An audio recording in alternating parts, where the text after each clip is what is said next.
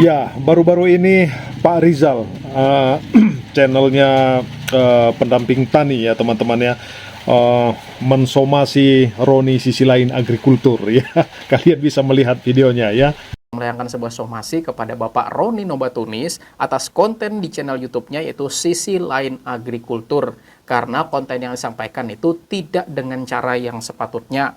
Dan surat ini ya sahabat tani, seperti ini bentuknya, itu sudah saya kirimkan melalui email dan juga melalui WhatsApp, dan terhitung 3 kali 24 jam tidak ada respon positif, maka kita bakalan langsung ambil tindakan hukum. Tetapi inilah yang dikatakan oleh Roni, ya lebih kurang ya ilmu pengetahuan ya bebas untuk dikritisi seperti itu.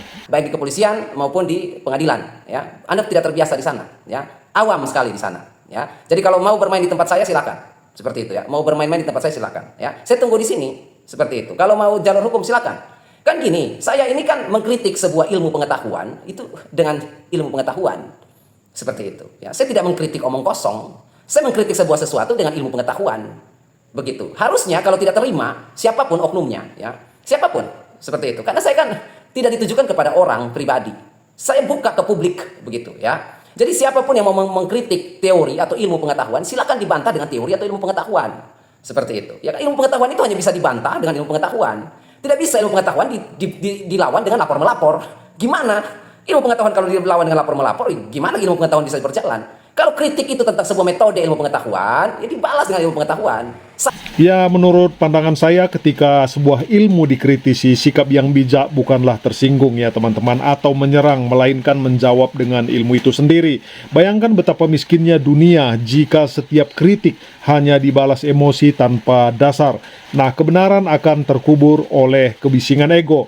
Nah, seorang pencinta ilmu sejati bukan hanya menguasai pengetahuan tetapi juga rendah hati menghadapi kritik, karena ia tahu kritik adalah jalan penyempurnaan. Nah, argumen rasional, data, dan bukti adalah senjata terbaik melawan tuduhan yang tidak berdasar. Tanpa itu, ilmu hanya menjadi opini kosong. Maka ketika ada yang menggugat, jawablah dengan penjelasan, penelitian, dan logika yang kokoh. Dengan demikian, kebenaran bukan hanya dipertahankan, tetapi juga dimurnikan.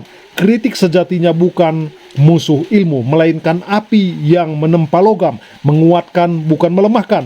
Ilmu yang mampu membantah dengan ilmiah adalah ilmu yang benar-benar hidup dan berdaya. Nah, bagaimana menurut kalian teman-teman petani sekalian?